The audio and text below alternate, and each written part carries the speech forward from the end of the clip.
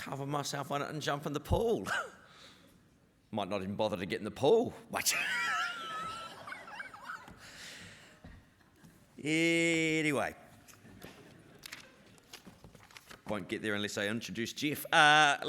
Jeff Whitty is from the New Zealand Infrastructure Commission. Trained as a water resources engineer, providing consultancy services in Canada, the US and here. Now Principal Advisor for Te Waihanga, the New Zealand Infrastructure Commission.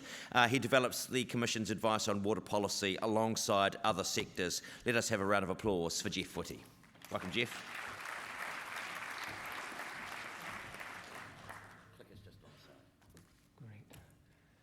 Good morning, and thanks for the welcome and introduction.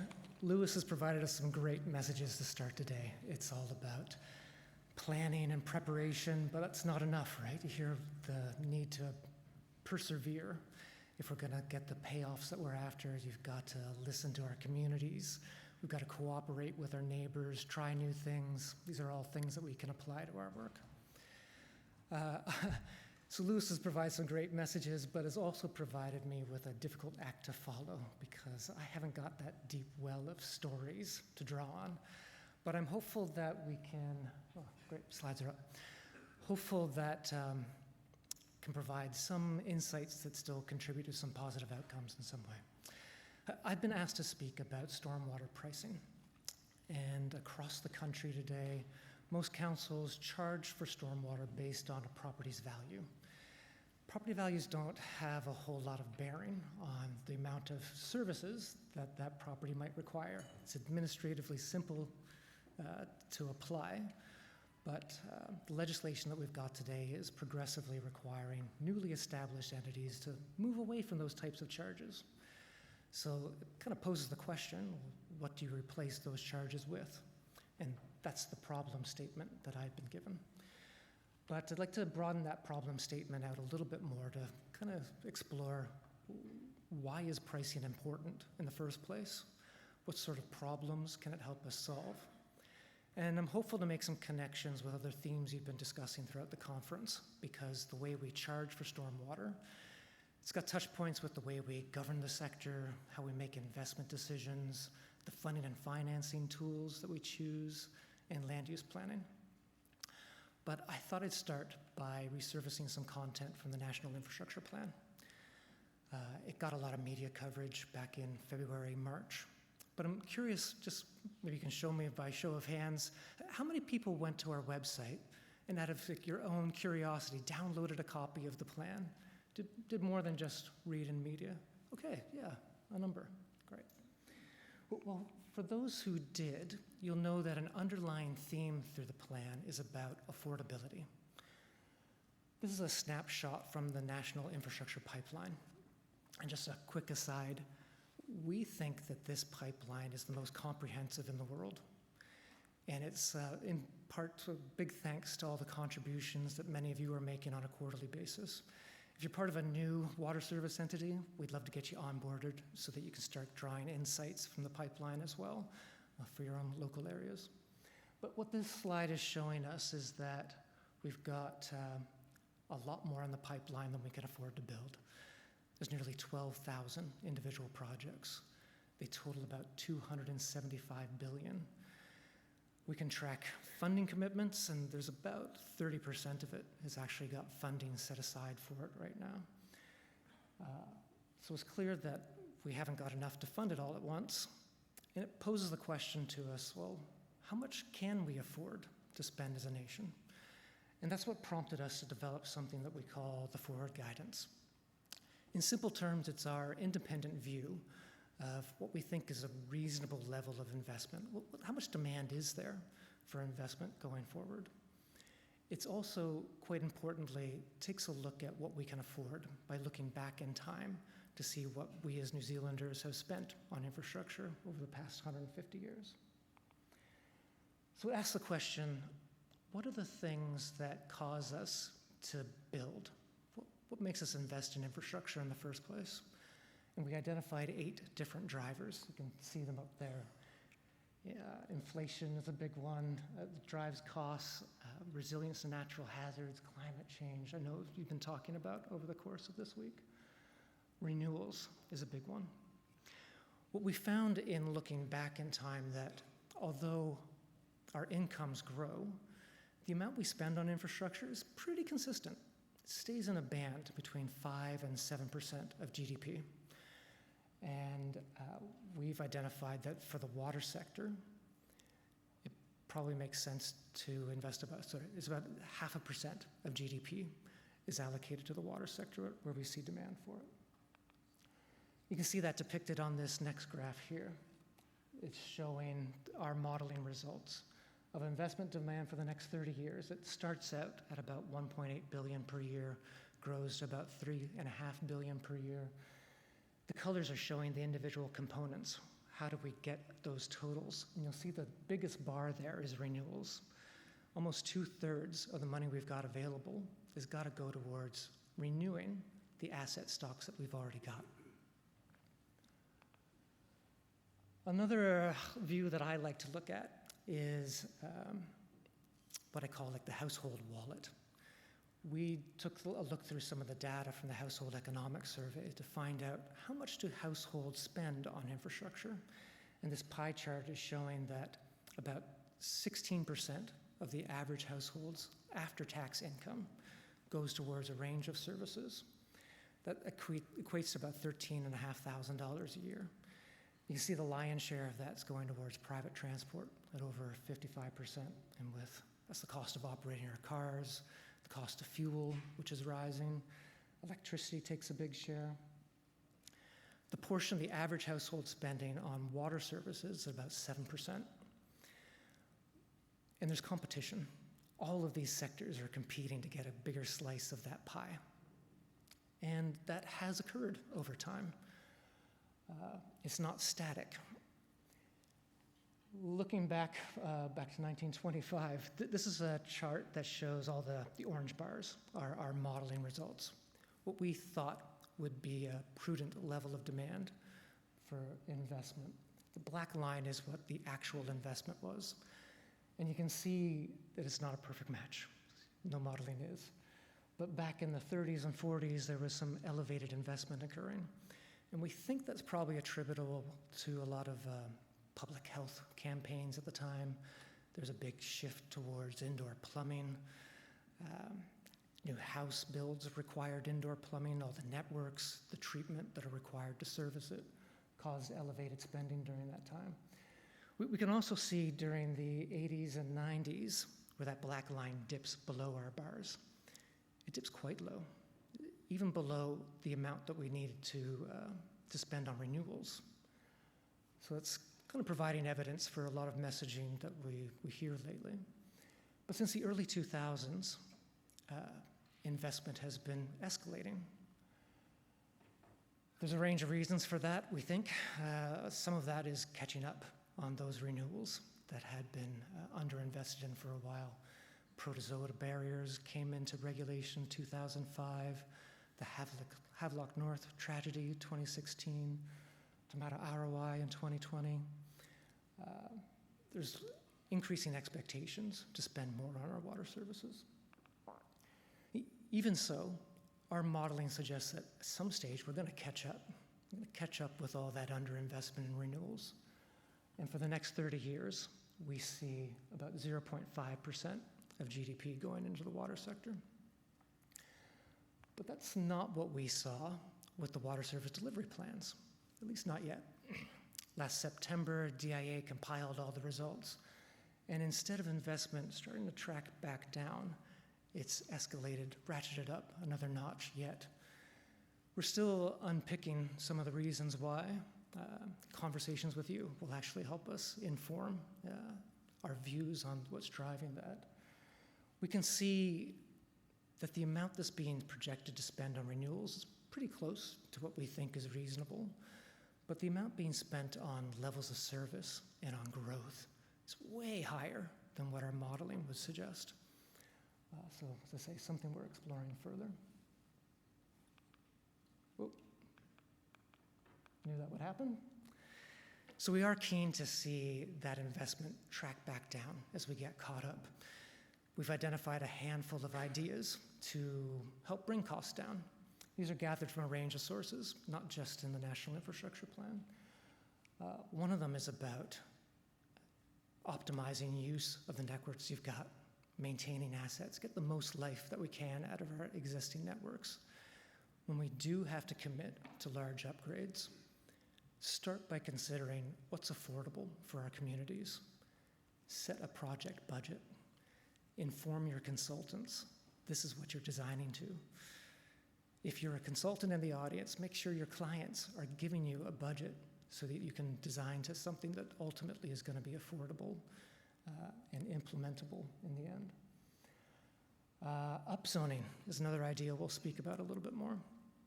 This is about concentrating growth in areas where we've already got capacity. Why build more if we don't have to? Building up our business casing skills so that we're examining a range of different options to meet our needs, stacking up the costs and benefits of them, making sure we're making investments in those that offer the greatest value for money. And the last item here is about making best use of pricing, and that's the subject of our conversation today.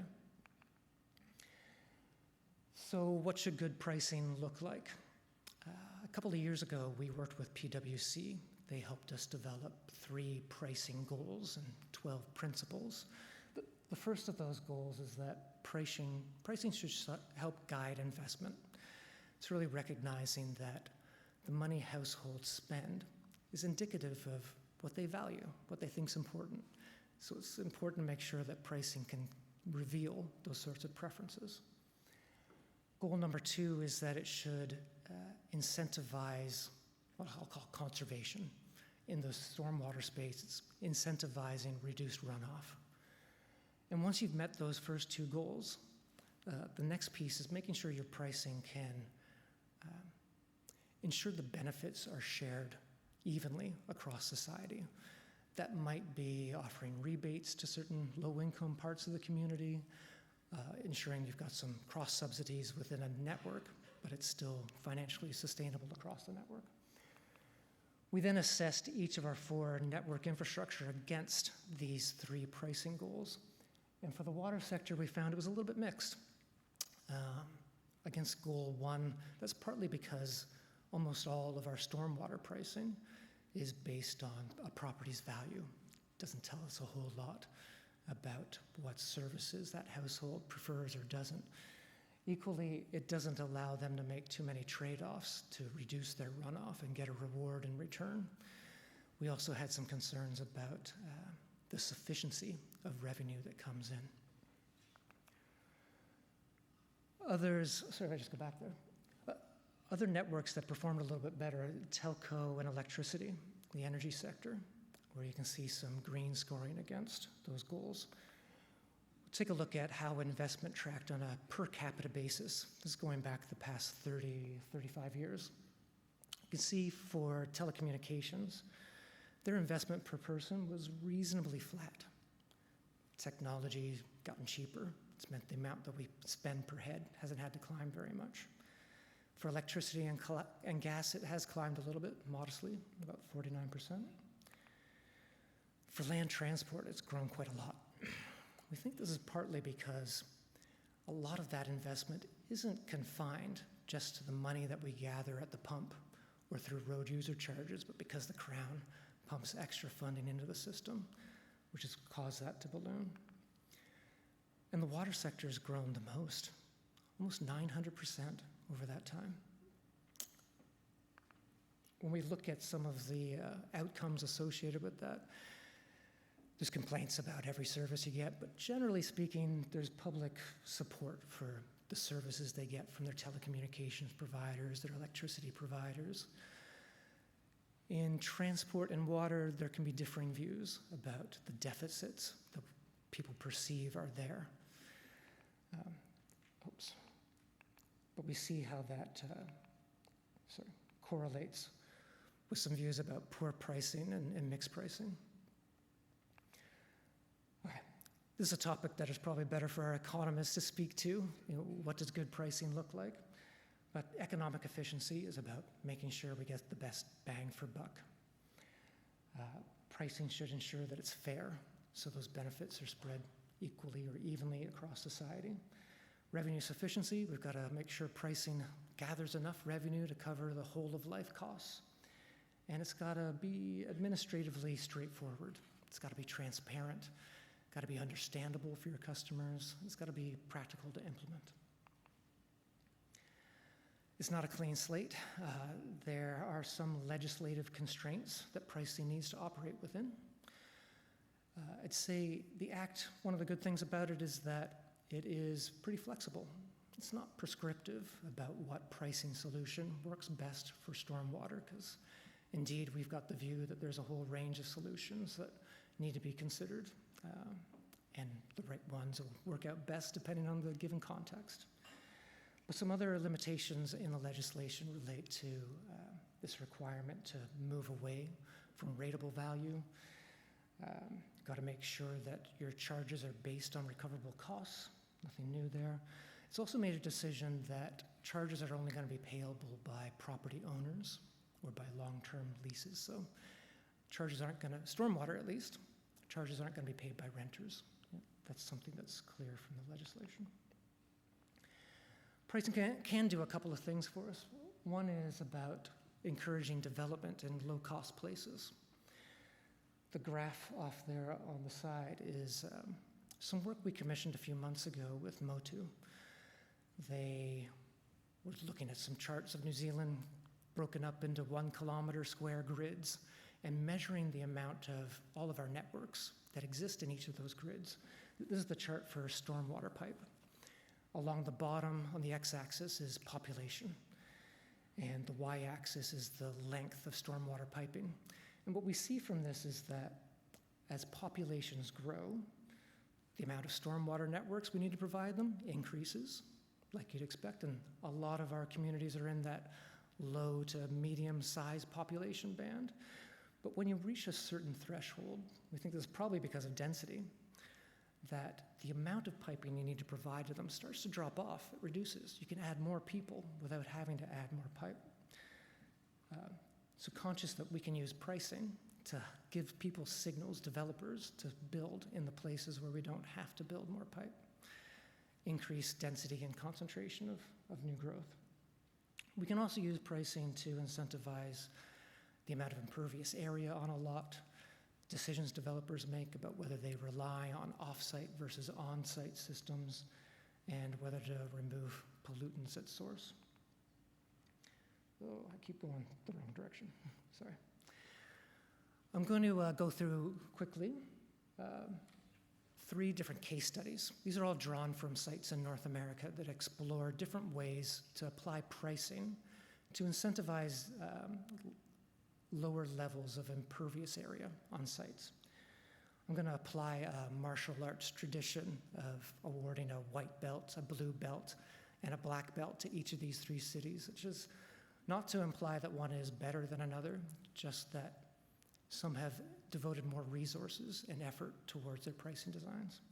Right, we're starting out with Newmarket, Ontario, which actually happens to be my hometown, and it's become a bit of a poster child for stormwater pricing in Canada, kind of partly because they've got some of their decisions well documented, and they kept things reasonably simple. They already know the size of each lot in square meters, didn't have to do a lot of extra work there. And they divided runoff rates into 3 categories. If you've got a golf course or a vacant lot, you're in a low category.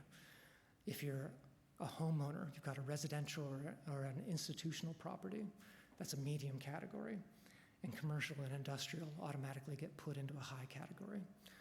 They decided not to offer any rebates, any kind of discounts to those that install rainwater barrels, for instance.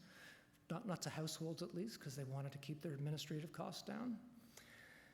But they do offer that to industrial and commercial customers. We'll move on to Kitchener, Ontario, which is about an hour and a half away. It's about 3 times the size, about 260,000 people in Kitchener. They went a little bit further. They didn't go so far as to assess the impervious area on every single lot, but they did some sampling. They took 500 homes, or 500 properties. They know the size of the building footprint already, And through that sampling, identified a relationship between building footprint and impervious area, and that gave them 16 different billing categories. They've then allocated each of their customers into one of those 16 categories. They offer homeowners rebates between 20% and 45% for on-site measures they can do to reduce their runoff. And they offer similar rebates for non-residential customers.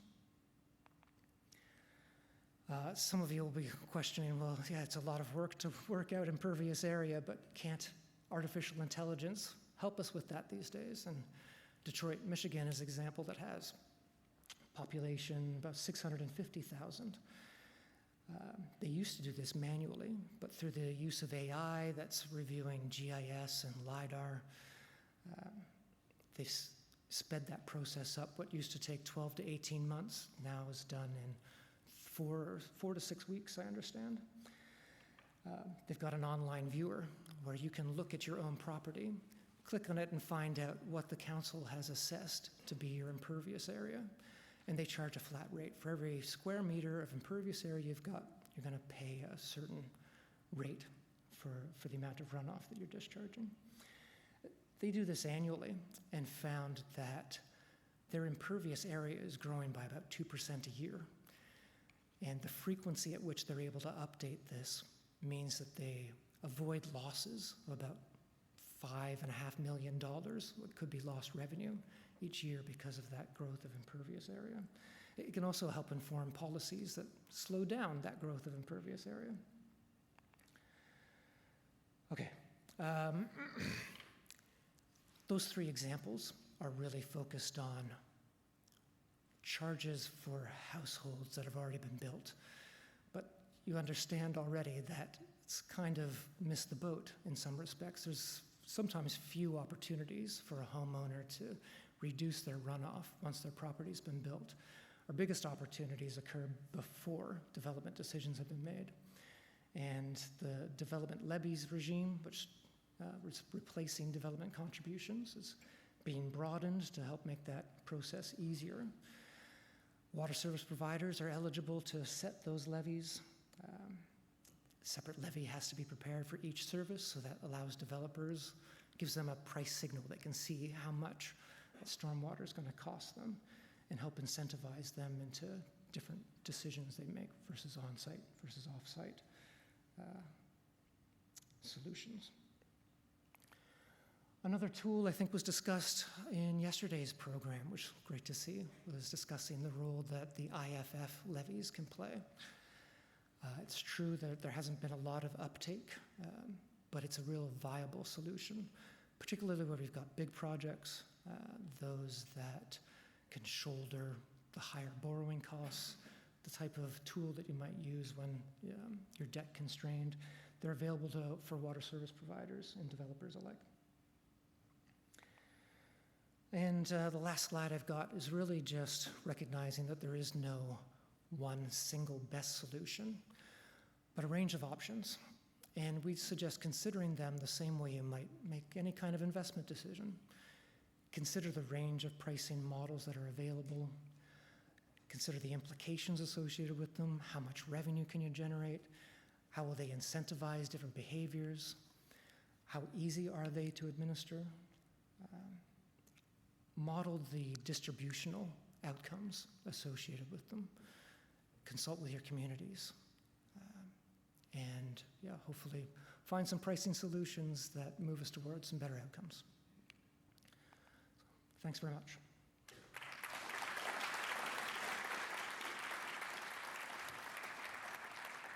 Time for questions. Sure, yeah, happy to. Great. We've got, I think, about 5 or 6 minutes. There we go.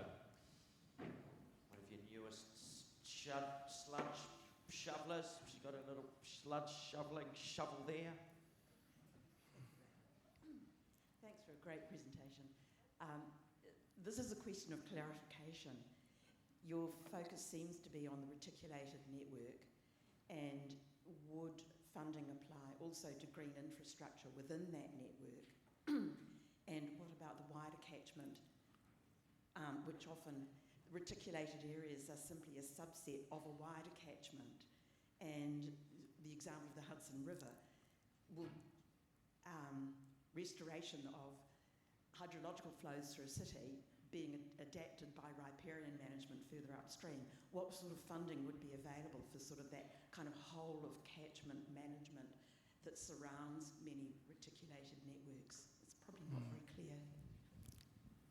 No, I think I understand. You're wondering about funding sources for things where there's maybe not necessarily an obvious customer. Networks have got certain beneficiaries, and there's other initiatives that the sector needs funding for that are beyond just the networks themselves.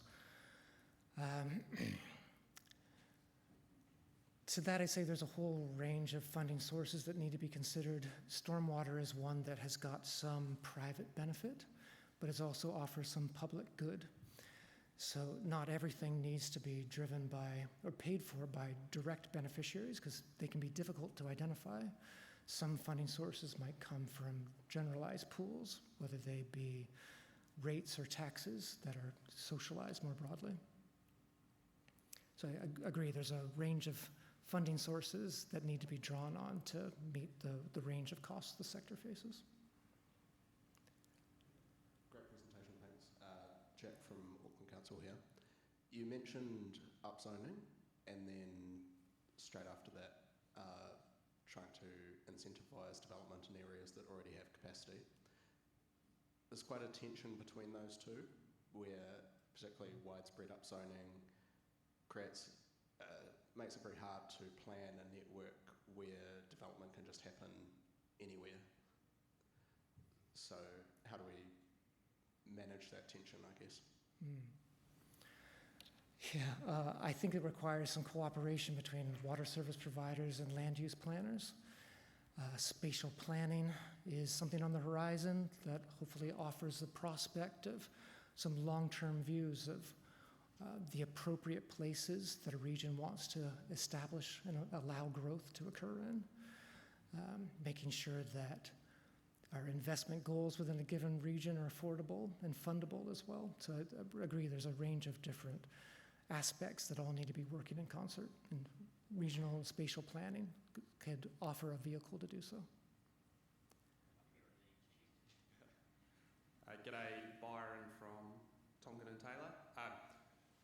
My question is, I guess you've predicted price has stabilised, what that expected cost is, but stormwater in particular is quite dynamic, and climate change may, necessitate that price going up. So I guess how does this model assume for, increasing climate impacts? Yes. Yeah, it's a really important driver of our future demand, and it's applicable across all sectors, but in particular, stormwater, I agree. Having not undertaken the modeling myself, I'd be challenged to explain exactly how climate change considerations have fed into the stormwater or all water sector investment modeling, but it definitely features there. Yeah, more to say about that, but it's something maybe we can follow up offline, because it features prominently in our current modeling, and it's not static, our modeling. It's something that we're evolving over time. And the feedback that we receive from yourselves in the sector will help inform a range of those drivers. Peter Christensen, Still Environmental. Thanks for coming along to the conference, and thanks for your presentation. That 900% uptick in water spend, how much of that is attributed to a massive deficit? Because I'm sure I'm not the only one here in the room going, actually we need to spend a hell of a lot more just to keep up. Yeah, it's difficult to know how to attribute all of that spend. What I can say is that electricity and gas networks have had a lot of renewal efforts that they've had to make over the years as well. One takeaway I observe from it is that the state of pricing in the water sector hasn't necessarily incentivized conservation. New Zealanders use more water per capita than most others across the OECD. Although we've got volumetric charging in Auckland and elsewhere across the country, there's still a lot of councils that aren't reliant on it. And when your consumers aren't incentivized to conserve, it can drive increased expectations, increased demand, and we think that has some contribution towards some of that increased investment that we haven't seen occur in other sectors. Excellent. Round of applause for